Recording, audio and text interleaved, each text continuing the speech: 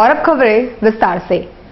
मुख्यमंत्री रघुवर दास ने सोनुआ में आयोजित जनसभा को संबोधित करते हुए नक्सलियों को कड़ी चेतावनी देते हुए कहा कि वे आत्मसमर्पण कर दें और मुख्य धारा से जुड़ जाए।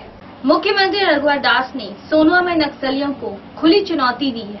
कहा कि नक्सली सरेंडर कर दे, नहीं तो खोज खोज कर मारेंगे। कानून के हाथ बहुत लंबे होते हैं, जंगल के अंदर से भी खोज निकालेंगे। मुख्यमंत्री ने कहा कि सरेंडर नीति के तहत आत्मसमर्पण करके नक्सली शान से जिंदगी बिता सकते हैं। हम स्वागत करते हैं। हम तमाम ऐसे लोगों से अपील करते हैं, झारखंड के भाई बहन लोगों से जो भटक गए, जिनको कुछ लोगों ने बंदूक पकड़ा के ये कहा कि बंदूक से व्यवस्था बदलेगी। बंदूक से व्यवस्था नहीं बदलेगी, बंदूक तो किसी की जान लेती है। व्यवस्था बदलना है तो आओ रघुवर दास के साथ हम और आप मिलकर इस राज्य की व्यवस्था को बदले। तो पश्चिम सिंहभूम के तमाम लोगों से जो भटके हुए नौजवान हैं, जो आइडियोलॉजी से प्रभावित होकर आप भटक गए हैं, उनसे अपील है कि आप हमारी आरक्षण नीति के तहत आप सरेंडर करें। और कुछ लोग इस उग्रवाद का मुखौटा ओढ़कर लेवी वसूलने का काम, विकास के काम में ट्रैक्टर और ट्रक जलाने का काम, तो ऐसे लोगों को भी चेतावनी देना चाहता हूं, कानून के हाथ लंबे हैं। कहीं भी रहोगे, खोज के मारे जाओगे या फिर सरेंडर करो। क्यों जंगल जंगल भाग रहे हो? इतनी अच्छी छोटी जिंदगी में क्यों जिंदगी जंगल जंगल भाग के फिर रहे हो? रघुवर दास ने कहा कि हमारी सरकार गरीबों के लिए पूरा खजाना खाली कर देगी। पैसे की कोई कमी नहीं होने दी जाएगी। हर गांव में बिजली, पानी, सड़क, स्वास्थ्य हमारी प्राथमिकता है। उन्होंने कहा कि पलायन और बेरोजगारी रोकने के लिए मध्यम व छोटे उद्योग का विकास किया जा रहा है। सीएम ने कहा कि मंदिर या मस्जिद जाने से कई बेहतर है गरीबों की सेवा करना। उस गरीब के हाथ में, उस गरीब के परिवार में देकर उस गरीबी से बाहर निकालना हमारा सरकार का संकल्प है। और इस संकल्प को पूरा करने में राज्य का जितना भी खर्च खजाना लुटाना पड़े तो गरीब के लिए हमारी सरकार लुटाएगी। और हम गरीब के नाम पर, आदिवासी के नाम पर, शोषित वंचित के नाम पर राजनीति नहीं करना चाहते। हम जिस पार्टी के हैं, जिस परिवार के हैं, जिस वंशज के लोग हैं, वो हम गरीब को नारायण मानते हैं, हम उसकी पूजा करते हैं। हम वोट मांग की राजनीति नहीं करते, हम किसी को गुमराह करने की भी राजनीति नहीं करते। और इसलिए मैं हर जगह कहता हूं, मैं राजनीति में आया हूं सेवा करने का। असंगठित क्षेत्र के मजदूरों को हक दिलाने के लिए कांग्रेस द्वारा 7 मार्च से आंदोलन चलाया जाएगा। जो स्थायी तौर पर काम करते हैं वे ठीक हैं, मगर बरसों से स्थायी प्रवृत्ति का कार्य करने वाले मजदूरों को समान वेतन और सुविधा की मांग जिला कांग्रेस द्वारा उठाई जाएगी। इसके अलावा स्थानीय को नौकरी और कर्मचारी पुत्रों को नियोजन देने की मांग को लेकर जिला कांग्रेस अभियान की शुरुआत लाफार्ज कंपनी से करेगी। उक्त जानकारी प्रेस वार्ता में दी गई। कांग्रेस के द्वारा आज के प्रेस कॉन्फ्रेंस के माध्यम से जमशेदपुर एक औद्योगिक शहर है और यहाँ काफी कंपनियां हैं। कांग्रेस पार्टी चाहती है कि जो स्थानीय कंपनियां हैं उनका भी विकास हो और यहाँ के जो मजदूर हैं उनका भी विकास हो और आसपास के क्षेत्रों में साफ सफाई, स्वास्थ्य शिविर और जो पेयजल की आपूर्ति करे।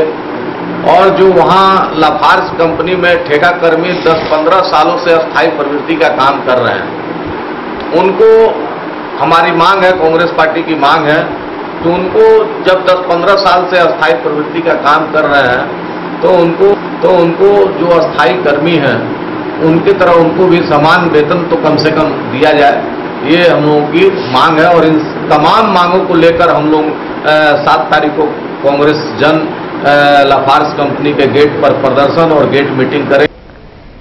एमजीएम अस्पताल में पेट में पथरी के इलाज में लापरवाही के कारण एक महिला की हालत काफी बिगड़ गई, जिसे बाद में ब्रह्मानंद अस्पताल रेफर कर दिया गया।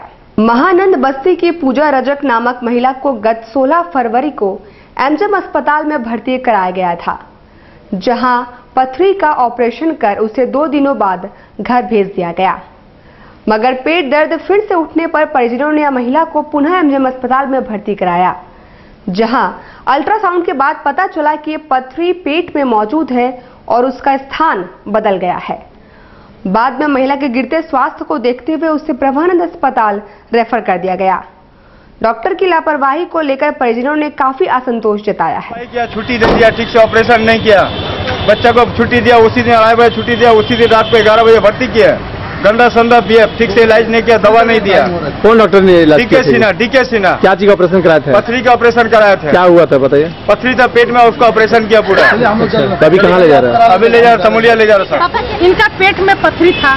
ये 11 तारीख को भर्ती हुई, 16 तारीख को ऑपरेशन हुआ है। D K Sinha, doctor D K Sinha ji इनका ऑपरेशन किए। इनका पेट में बाई चांस कहीं पथरी एगो छूट गई है।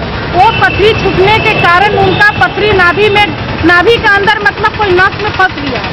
ये फिर अभी 4 दिन पहले ये लोग भर्ती कराया, जिसका मतलब इलाज डॉक्टर MK सिन्हा कर रहे हैं, ठीक है।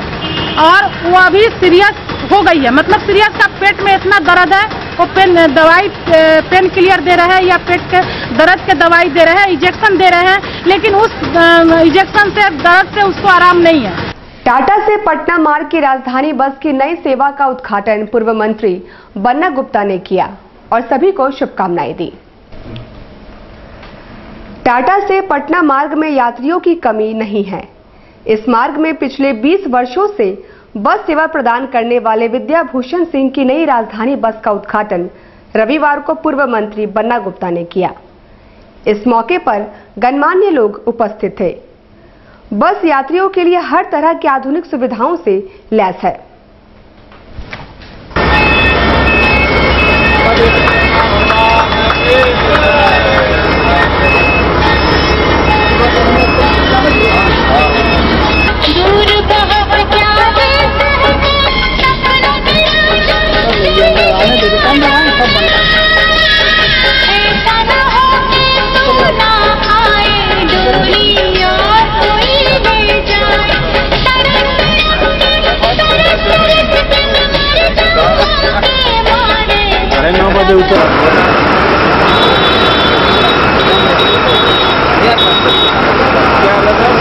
ये बहुत अच्छी बात है कि यातायात के यदि माध्यम सुगम होंगे और लोगों को अच्छी व्यवस्थाएं उपलब्ध होंगी, तो जो लोग पटना जाने वाले हैं या रांची जाने वाले या और भी जो अपने गंतव्य को जाएंगे, उनको यदि ऐसी सुविधाएं मिलेंगी तो ये एक ना सिर्फ व्यवसाय का माध्यम है बल्कि एक सेवा का भी माध्यम है।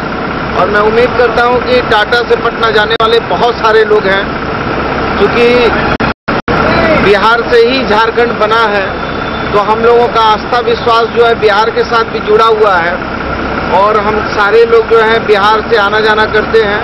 तो मुझे लगता है कि राजधानी बस से एक बहुत सुविधाजनक है, जिसमें वाईफाई की सुविधा है और भी नागरिक सुविधाएं मौजूद हैं, फिर सोने वगैरह की सुविधाएं हैं। तो मैं उम्मीद करता हूं कि ये माध्यम इसी तरह का और माध्यम बढ़ेगा और लोगों को सुविधाएं, यातायात में सुविधाएं सुगम होंगी। इस रूट में आज 20 साल पुराना से हम सर्विस देते आ रहे हैं।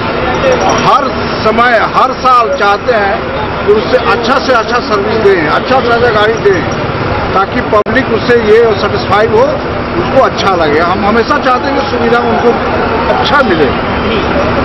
1 साल पहले भी दिए, वो भी मेरी गाड़ी चल रही है, वो भी सुविधा से लैस है, उससे ज़्यादा सुविधा इसमें हम दिए हैं।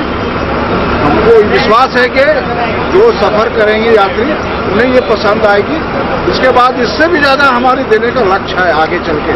शहर में अपराध कर्मियों और झपटमार गिरोह काफी सक्रिय नजर आ रहे हैं। बाराद्वारी में एक महिला के गले से सरेआम चेन छीनकर बाइक सवार 2 बदमाश फरार हो गए। शहर में आए दिन महिलाओं से चेन छीनने की घटनाओं में वृद्धि होती जा रही है। पुलिस कुछ बदमाशों को पकड़ जरूर रही है, पर अपराधी कह रहे हैं तू डाल डाल तो मैं पात पात। इसी क्रम में बाराद्वारी टेलीफोन एक्सचेंज के पास अपने पति के साथ जा रही महिला के गले से चेन छीनकर बाइक सवार 2 युवक फरार हो गए। महिला की तत्परता के कारण चेन का आधा हिस्सा ही बदमाश लेकर भाग सके, जबकि आधा हिस्सा महिला के हाथ में ही रह गई। महिला शिखा मिश्रा ने थाना में मामला दर्ज किया है। हम जा रहे डॉक्टर अजय पटवारी के पास अपना डायबिटीज का दिखाने जा रहे थे। उनसे मेरा अपॉइंटमेंट था 4 बजे। पैदल जा रहे थे? नहीं, इनके पास बाइक में थी। अच्छा, किसको क्या चीज आया था? पीछे से बाइक से आया ना, तो अचानक से गर्दन में हाथ जैसे लगा कि कोई मतलब टान रहा है, तो हम ऐसे करके देखे, ऐसे जैसे वो लोग बाइक एकदम तेजी में किया, हम ऐसे पकड़े तो आधा चैन आया और आधा उसके पास चला गया। आधा हमारे हाथ में है, आधा मेरे हाथ में। हाँ, किधर भागा लोग? वो उधर से आया है सीधा, ऐसे आया घूम के, फिर इधर आया, एक चल होके आया। तुम चलो ना थाना, चलो। कितना जन था लोग? 2 जन थे बाइक में।